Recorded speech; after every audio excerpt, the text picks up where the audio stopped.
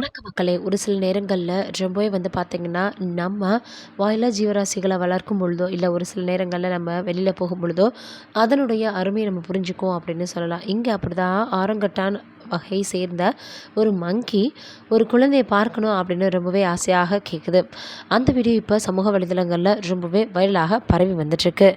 எத்தனையோ பேர் பார்த்தோன்னா, என்னதான் எவ்வளோ விஷயங்கள் செய்தாலும் கூட, நம்மளுடைய பேசிக் மனிதர்கள் குரங்குலேருந்து தான் வந்தாங்க அப்படின்றத மறுக்கவே முடியாது.